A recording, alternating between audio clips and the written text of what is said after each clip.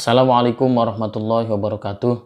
Bismillah, alhamdulillah, salatu wassalamu ala rasulillah wa ala alihi wa sahbihi wa mawalah, la hawla wa la quwata illa billah, amma ba'du. Anak-anakku sekalian,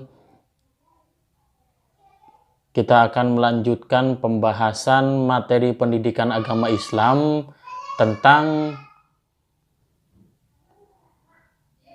praktik ekonomi dalam Islam, yang dalam pertemuan kemarin sudah kita bahas tentang pembahasan asas sistem ekonomi dan mekanisme dalam sistem ekonomi Islam. Pada kesempatan kali ini akan kita bahas dua pembahasan lagi, yaitu contoh transaksi dalam Islam dan usaha dalam Islam.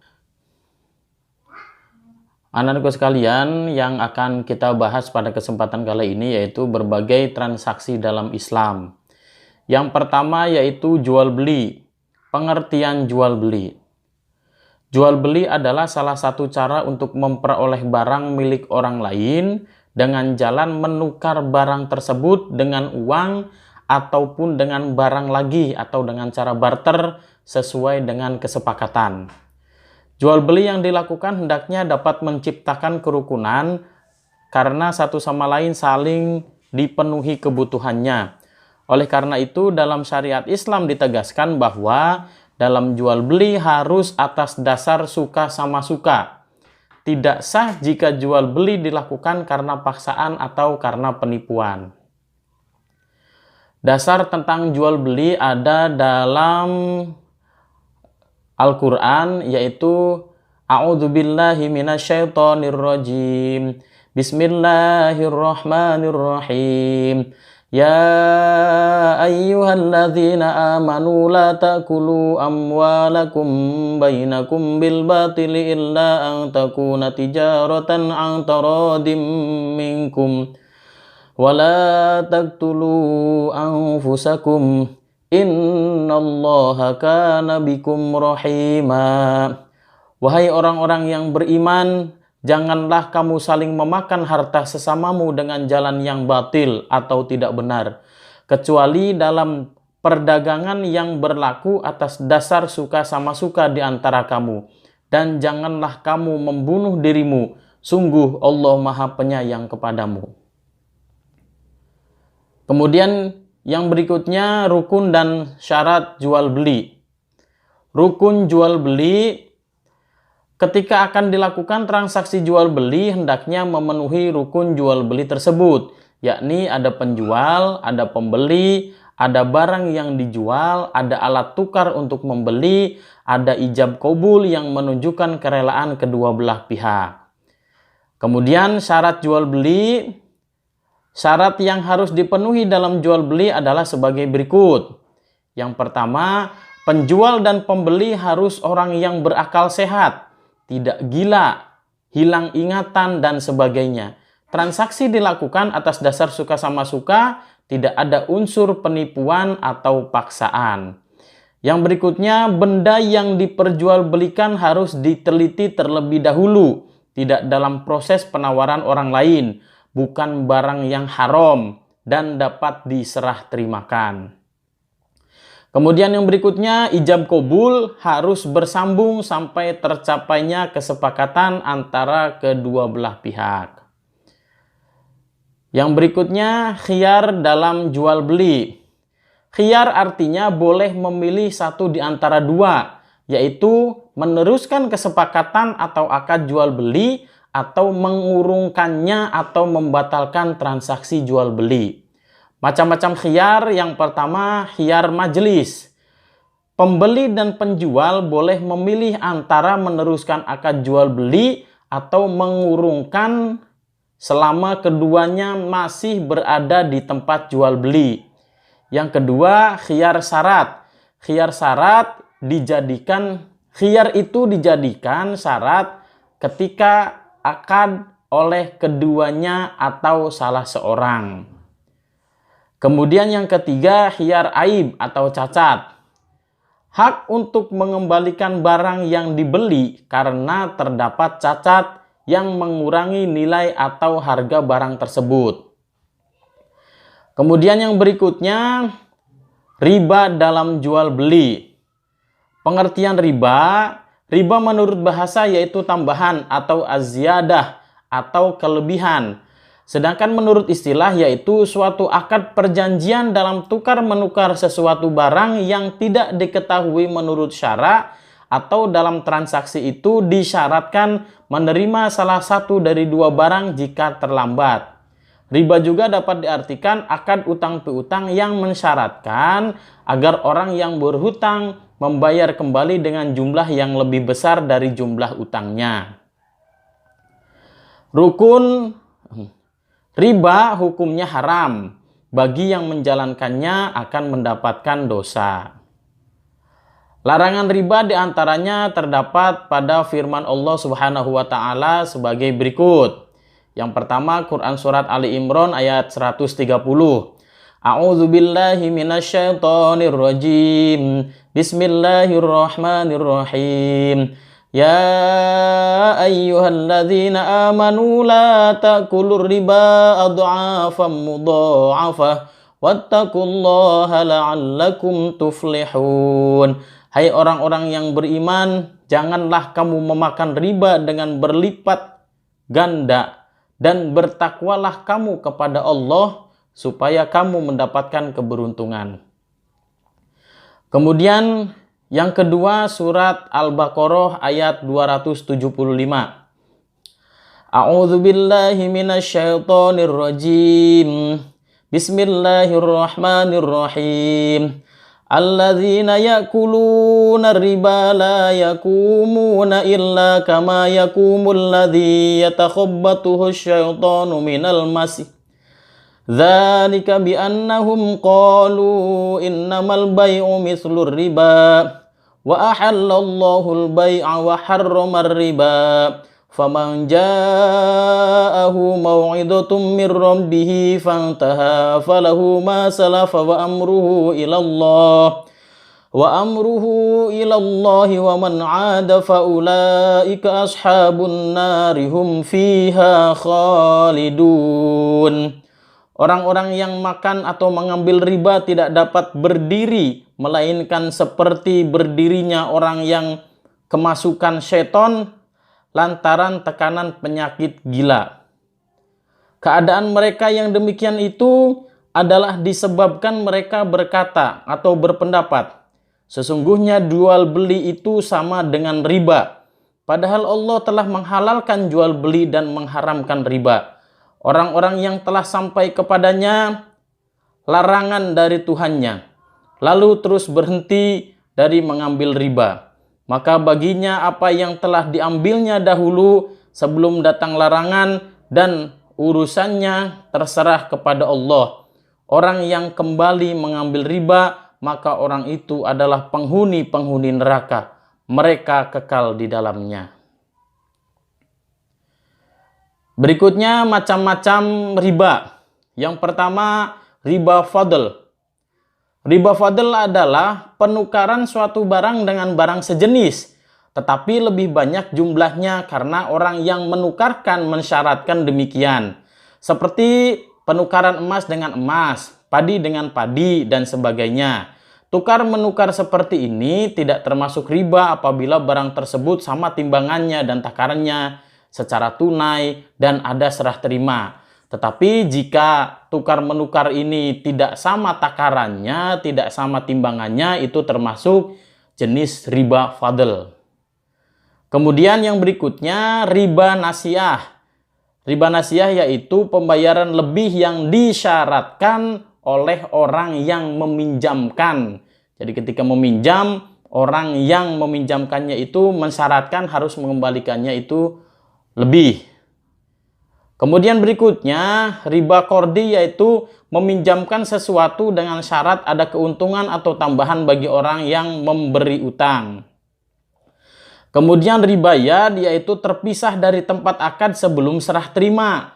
Maksudnya, orang yang membeli suatu barang kemudian sebelum ia menerima barang tersebut dari penjual telah menjualnya kepada orang lain. Hal ini tidak diperbolehkan karena jual beli ini masih dalam ikatan dengan pihak penjual yang pertama. Kemudian yang kedua, ijaroh. Pengertian ijaroh secara etimologi berarti fee atau upah atau jasa imbalan atau sewa. Secara terminologis, ijaroh adalah akad pemindahan hak atas barang atau jasa melalui pembayaran upah atau sewa tanpa diikuti dengan pemindahan kepemilikan atas barang atau jasa itu sendiri. Rukun ijaroh yang pertama adalah mustajir, ada penyewa. Kemudian muajir, pemilik barang. Kemudian makjur, barang atau objek yang disewakan. Kemudian ujroh, harga sewa atau manfaat sewanya. Kemudian ijab dan qabul. Pembahasan berikutnya yaitu berbagai bentuk usaha dalam Islam. Yang pertama adalah syirkah atau syarikat. Pengertiannya, syirkah atau syarikat adalah dua orang atau lebih bermufakat untuk bersama-sama menjalankan sejumlah harta yang mereka kumpulkan atau untuk mengerjakan pekerjaan tertentu guna memperoleh penghasilan bagi mereka bersama, di mana keuntungan atau resiko yang dihadapi ditanggung bersama sesuai dengan kesepakatan. Kemudian syarat-syarat syirkah, yang pertama itu benda atau harta dinilai dengan uang. Kemudian yang kedua, harta itu sesuai dengan jenis dan macamnya. Kemudian harta-harta itu dicampur. Kemudian satu sama lain membolehkan untuk membelanjakan harta itu. Kemudian untung rugi ditanggung sesuai ukuran hartanya masing-masing. Berikutnya itu macam-macam syirkah. Yang pertama, syirkah pemilikan yang tercipta karena warisan, wasiat, atau hal lainnya yang menyebabkan kepemilikan suatu aset oleh dua orang atau lebih. Kemudian yang kedua, syirkah akad terbentuk karena adanya kesepakatan antara dua orang atau lebih yang setiap orang dari mereka menyetujui untuk memberikan modal musyarakah. Mengenai keuntungan dan kerugiannya juga disepakati bersama. Syirkah akad terbagi menjadi beberapa bagian. Yang pertama, syirkah inan. Syirkah inan adalah syirkah antara dua pihak atau lebih yang masing-masing memberi kontribusi kerja atau amal dan modal atau mal. Modal harus berupa uang. Barang, misalnya rumah, tidak boleh dijadikan modal syirkah, kecuali jika barang itu dihitung nilainya pada saat akad. Kemudian yang kedua, syirkah mufawadah. Keuntungan yang diperoleh dibagi sesuai dengan kesepakatan, kerugian ditanggung dengan jenis syirkahnya, ditanggung oleh para pemodal sesuai porsi modal jika berupa syirkah inan, ditanggung pemodal saja jika berupa syirkah mudorobah. Kemudian ditanggung mitra-mitra usaha berdasarkan presentasi barang yang dimiliki jika berupa syirkah wujuh. Kemudian yang berikutnya adalah syirkah abdan atau syirkah amal. Kerjasama dua orang atau lebih untuk menerima suatu pekerjaan atau order kerja. Hasil atau keuntungan dibagi bersama sesuai dengan kesepakatan. Kemudian berikutnya syirkah wujuh. Syirkah wujuh adalah kerjasama usaha atau kemitraan bisnis antara dua badan dengan modal dari pihak lain. Artinya, salah seorang memberikan modalnya kepada dua orang atau lebih secara mudorobah. Dengan begitu, kedua pengelola tersebut bekerja sama dalam mendapatkan keuntungan dari modal pihak lain. Berikutnya yaitu mudorobah atau bagi hasil.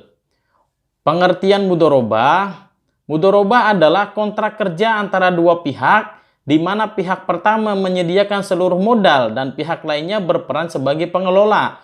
Keuntungan usaha secara mudorobah dibagi berdasarkan kesepakatan yang dituangkan dalam akad.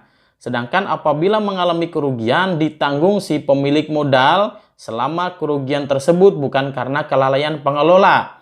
Apabila kerugian tersebut karena kelalaian pengelola, maka pengelola yang harus bertanggung jawab kerugian tersebut. Kemudian berikutnya jenis-jenis mudorobah. Jenis-jenis mudorobah secara umum terbagi menjadi dua jenis, yaitu mudorobah mutlaqah, yaitu mudorobah di mana pemilik dana memberikan kebebasan kepada pengelola dana dalam mengelola atau investasinya. Kemudian mudorobah muqayyadah, yaitu mudorobah di mana pemilik dana memberikan batasan kepada pengelola dana, antara lain mengenai tempat, cara, dan atau objek investasinya.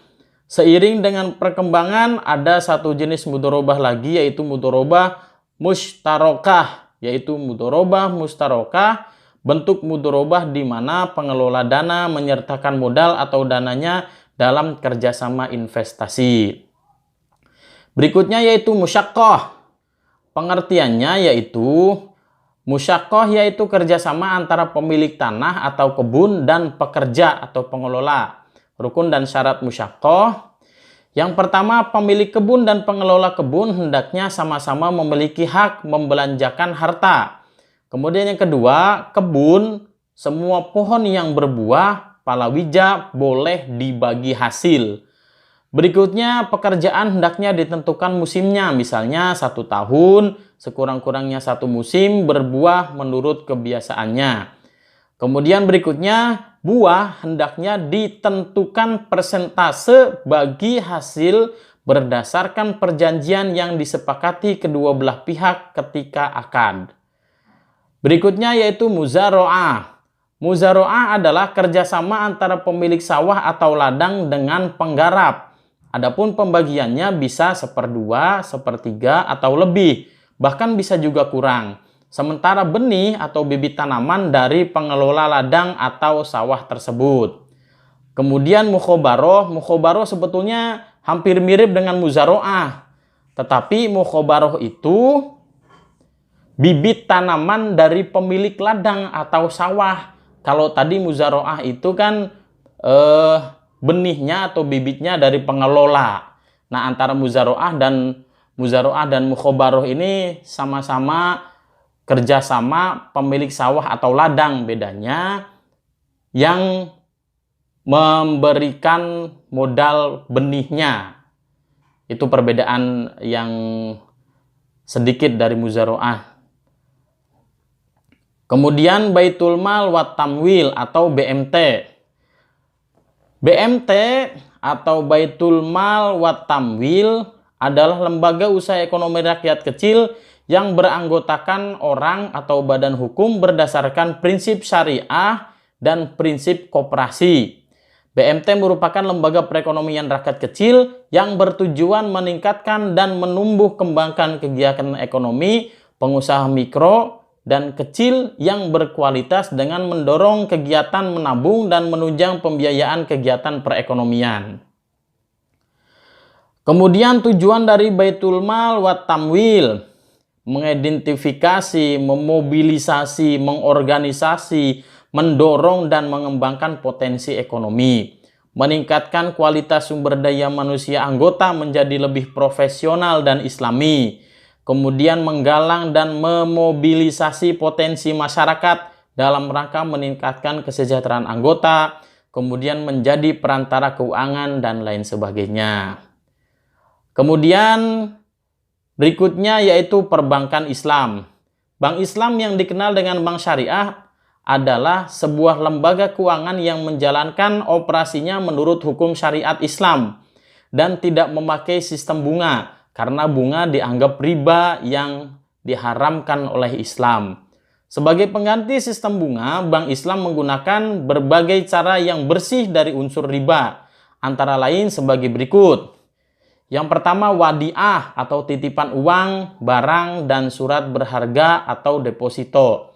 Kemudian yang kedua, mudarobah atau kerjasama antara pemilik modal dengan pelaksana atas dasar perjanjian profit and loss sharing.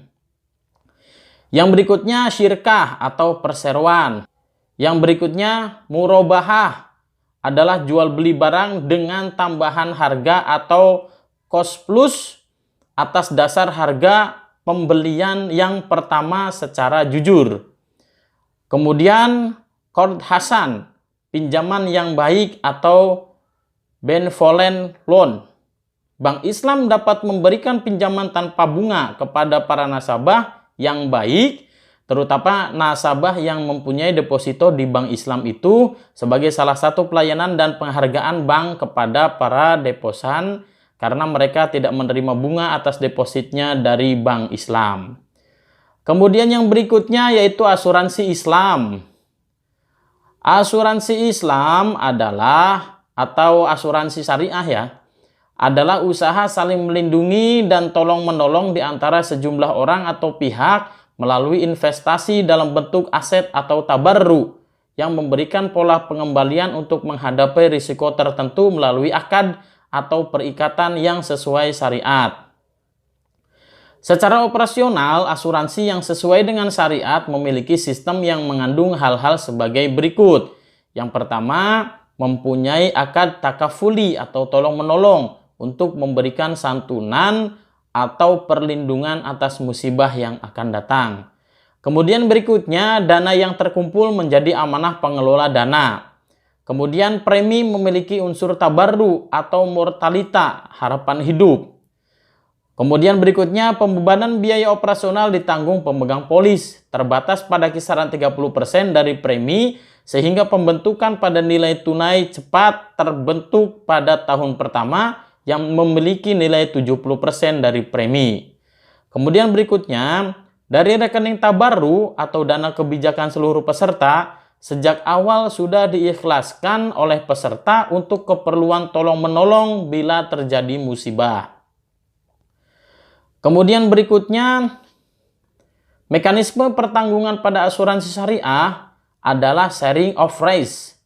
Apabila terjadi musibah, semua peserta ikut atau saling menanggung dan membantu.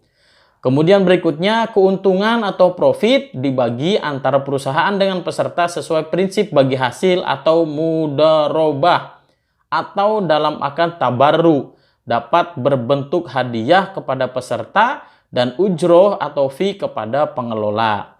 Kemudian berikutnya, mempunyai misi akidah, sosial, serta mengangkat perekonomian Islam. Nah, itu anak-anak sekalian, ini pembahasannya cepat dan Bapak ambil yang sederhana-sederhananya saja supaya mudah-mudahan harapannya sih dapat difahami karena memang dengan bahasa-bahasa yang sangat sederhana. Mudah-mudahan apa yang disampaikan bisa dapat difahami dan masuk ya, karena lihat situasi dan kondisi kita belum memungkinkan untuk belajar secara tatap muka. Mudah-mudahan dengan cara seperti ini, dengan pemahaman-pemahaman yang singkat, mudah-mudahan dapat diterima dengan baik. Anak-anak sekalian, ilmu tanpa amal itu umpamanya pohon tanpa buahnya. Sebagai penutup bahwasanya apa yang kita fahami, apa yang kita pelajari tentunya harus kita amalkan dalam kehidupan sehari-hari. Tidak hanya dipelajari tetapi mudah-mudahan bisa dapat diaplikasikan dalam kehidupan kita. Mudah-mudahan bermanfaat. Mohon maaf apabila ada hal yang tidak berkenan. Terima kasih sudah mengikuti pembelajaran pada hari ini sampai selesai. Mudah-mudahan bermanfaat. Terima kasih. Billahi taufiq wal hidayah. Wassalamualaikum warahmatullahi wabarakatuh.